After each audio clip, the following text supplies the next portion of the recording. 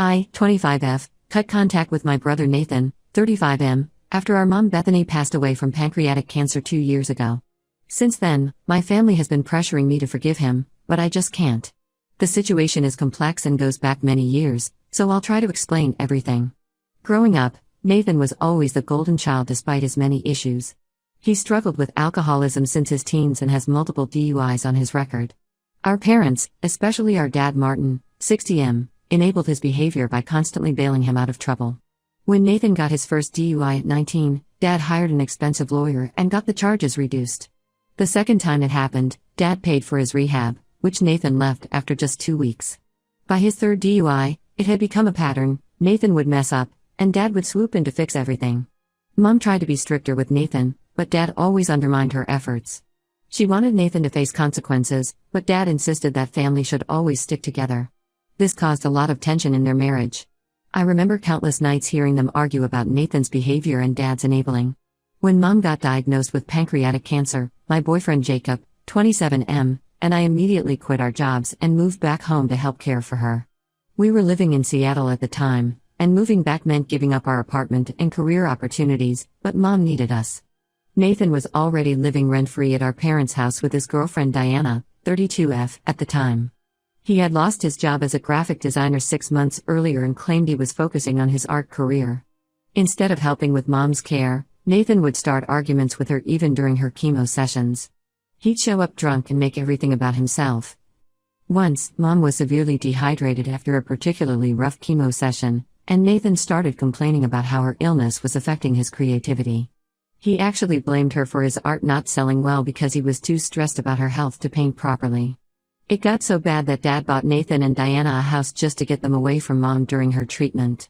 The house was only 10 minutes away, but Nathan visited even less after moving out. Meanwhile, Dad was still paying all their bills and giving them spending money. The rest of us, Dad, my sister Katie, 30F, Jacob, and I, worked together to support Mom through her illness. We took turns accompanying her to appointments, managing her medications, and handling household tasks. Jacob learned to cook Mom's favorite meals in smaller portions that she could manage during treatment. Katie, who had a young baby at the time, would bring him over just to make Mom smile. Nathan would only appear occasionally, usually intoxicated, and somehow managed to make the situation worse. He started selling these mediocre paintings online, using Mom's cancer story to guilt people into buying them. His artist bio talked about how watching his mother's battle with cancer inspired his work, even though he was barely present during her treatment. He even had the audacity to ask Mom to pose for reference photos while she was sick, claiming he wanted to create a series about resilience. Everything came to a head last Christmas. Mom was too sick to come downstairs, so she stayed in bed. I spent the whole day cooking and preparing for the family gathering. I wanted Mom to at least hear us celebrating and feel included, so I planned everything carefully: her favorite holiday music, traditional family recipes, and a white elephant gift exchange that she could participate in through video chat from her room. Nathan showed up 3 hours late and already drunk. He hijacked a gift exchange I had organized, changing all the rules and making inappropriate jokes. His idea of a funny gift was a fart spray that he sprayed on everyone while laughing. Some of the younger cousins started crying because the smell was so bad. Someone sprayed it upstairs near Mom's room, making her nauseous. Nathan completely lost it and started screaming at all the kids, accusing them of trying to make Mom sick. I finally snapped and told him to stop screaming, sober up, and face the fact that he was contributing nothing to help Mom. I brought up how he had missed her last 3 doctor's appointments despite promising to drive her, how he never bothered to learn her medication schedule, and how he was using her illness to promote his art while doing nothing to actually support her.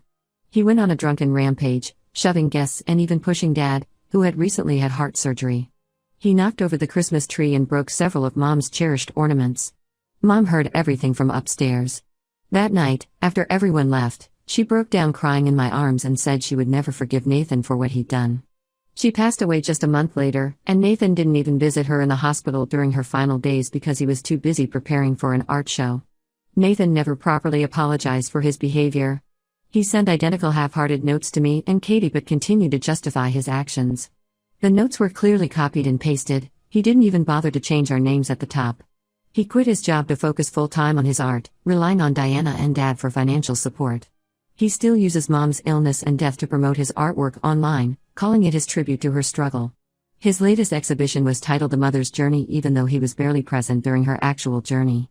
Most of our family has somehow forgiven him. They think I'm being unreasonable for maintaining no contact. My grandmother keeps saying Mom would want me to forgive Nathan and that I'm disrespecting her memory. Dad enables him by sending money and defending his behavior. Even Katie, who initially supported my decision, now says I should give him another chance for the sake of family unity.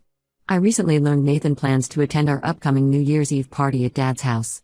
Just thinking about seeing him has brought back all the anger and hurt. The family keeps prioritizing his feelings over the pain he caused Mom in her final months.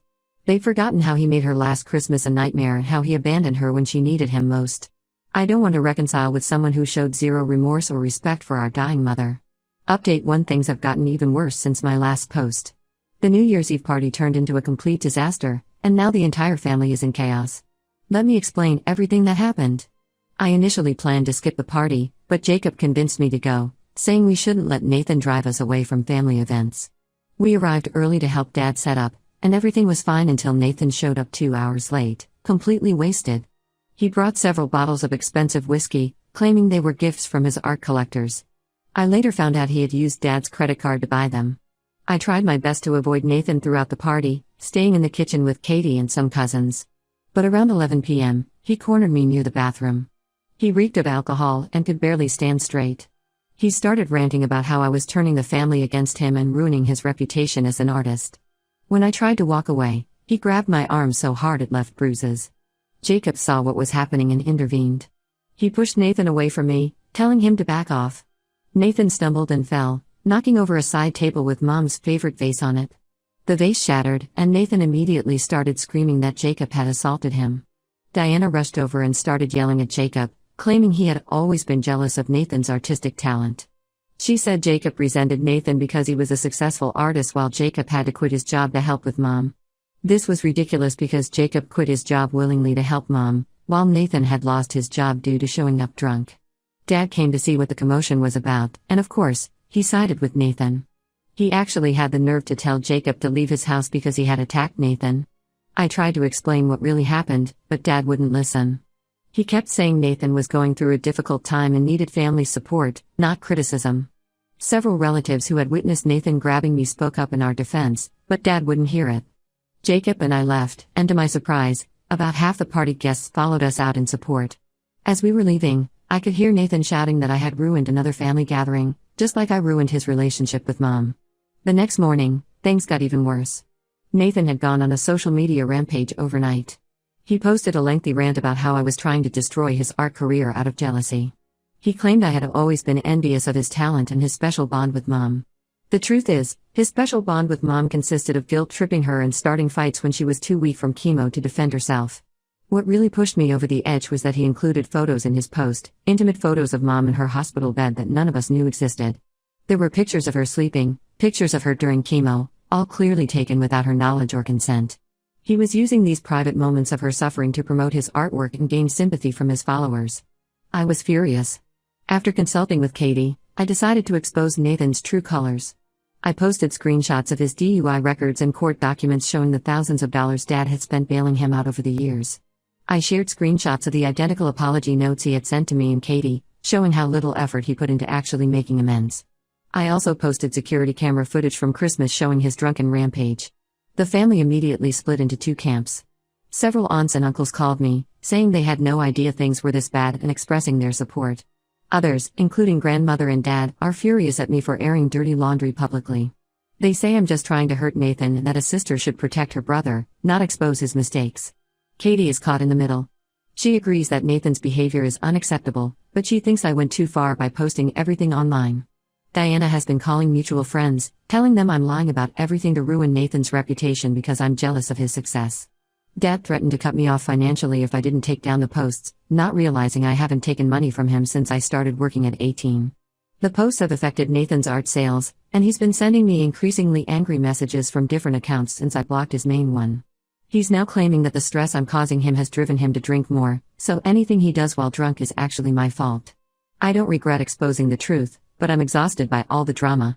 Jacob has been incredibly supportive, reminding me that none of this is my fault. Some relatives have suggested family counseling, but I'm not interested in reconciling with Nathan. You can't fix a relationship with someone who refuses to acknowledge their own toxic behavior. Update 2: The situation with Nathan has taken an unexpected turn. Katie called me last week with some shocking information about Nathan's art business. After my last post exposing his behavior, she started looking more closely at his online art sales, and what she found was disturbing. Nathan had been creating multiple fake buyer accounts to purchase his own artwork. He would list his paintings for high prices, then use these fake accounts to create bidding wars, driving up the prices even more. Once a piece sold for an inflated price, he would cancel the fake bids and pressure real buyers to match the highest fake bid, claiming other collectors were interested. He convinced Dad to invest a significant amount in his art business by showing him these fake sales records. Dad, believing Nathan finally had a legitimate career, kept pouring money into materials, studio space, and marketing. Nathan also got several relatives to invest, promising huge returns once he became a recognized artist. Diana discovered the truth accidentally. She found credit card statements showing Nathan had maxed out their cards buying his own artwork through these fake accounts. When she confronted him about it, he tried to convince her it was a normal marketing strategy to create buzz around his work. The confrontation turned ugly when she threatened to tell Dad the truth. According to Katie, who heard this from Diana directly, Nathan got drunk and completely trashed their home studio. He destroyed dozens of his paintings, including several that real buyers had already paid for. Worse, he damaged some of Mom's belongings that Dad had given him after she passed, her favorite reading chair, photo albums, and some jewelry she had wanted him to give to his future daughter. Diana finally hit her breaking point and left him. She reached out to me, apologizing for her past behavior and revealing more details about Nathan's scams. Apparently, he had been forging Dad's signature on checks to withdraw money from the joint account Dad had set up for his art business. Diana provided copies of these forged checks to my email. I showed the evidence to Dad, hoping he would finally see Nathan for who he is. Instead, Dad insisted we need to help Nathan through this difficult time. He refused to press charges for the forged checks, saying Nathan needs support, not punishment. He's even talking about refinancing his house to help Nathan pay off his debts. Meanwhile, Nathan is trying to sell the house Dad bought them to cover his debts. He's already found a buyer, even though Dad paid for most of the house and Diana should have rights to it too. When I pointed this out to Dad, he just said he wants Nathan to handle his problems like an adult. The irony of this statement coming from someone who has enabled Nathan's behavior for decades is not lost on me. Katie is torn about the whole situation. She agrees Nathan's actions are wrong but thinks we should give him one last chance to get help.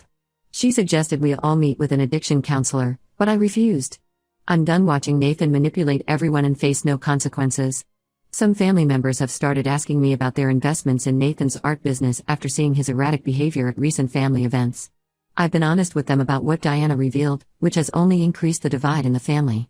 Those who lost money are furious, while others still defend him, saying he must have been desperate to resort to such measures.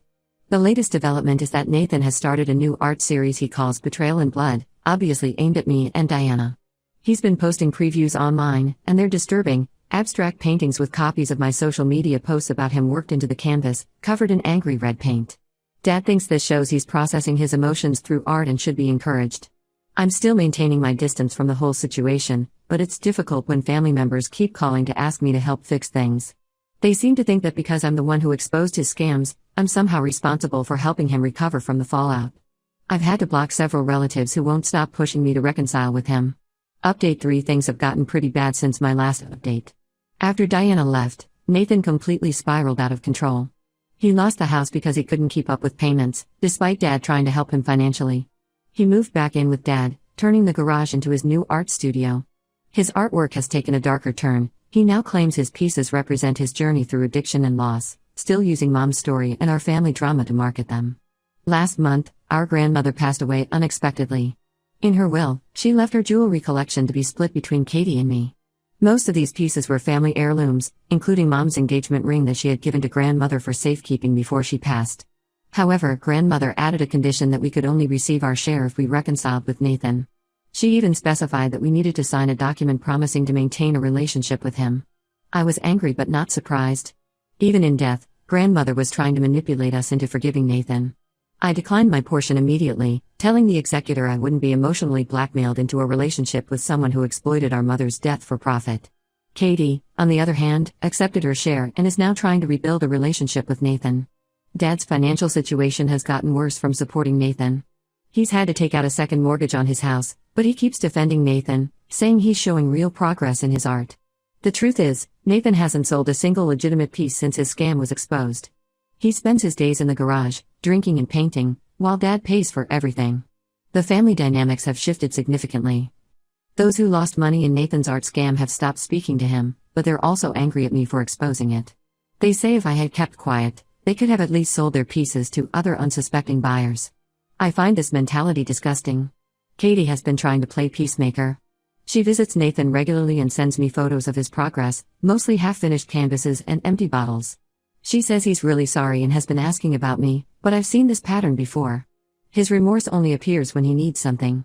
Dad keeps saying I'm being cruel and that Nathan is still my brother. He recently sent me a long email about how Mom would be heartbroken to see her children estranged. I didn't respond. Mom was heartbroken watching her son exploit her illness for attention and profit. She told me herself that she'd never forgive him, but everyone seems to have forgotten that. I've made peace with my decision to stay away. Some relatives have stopped inviting me to family events because Nathan will be there and they want to avoid drama. That's fine with me. Jacob and I are building our own life, surrounded by people who respect our boundaries. We're planning to move to another state for a job opportunity, and honestly, the distance will be welcome. Nathan still posts about me sometimes on his art social media, painting himself as the victim of a jealous sister who destroyed his career. His followers send me hate messages occasionally, but I've learned to ignore them. Some things can't be forgiven, and I won't pretend everything is okay just to make others comfortable. The family can enable Nathan all they want, but they'll have to do it without me.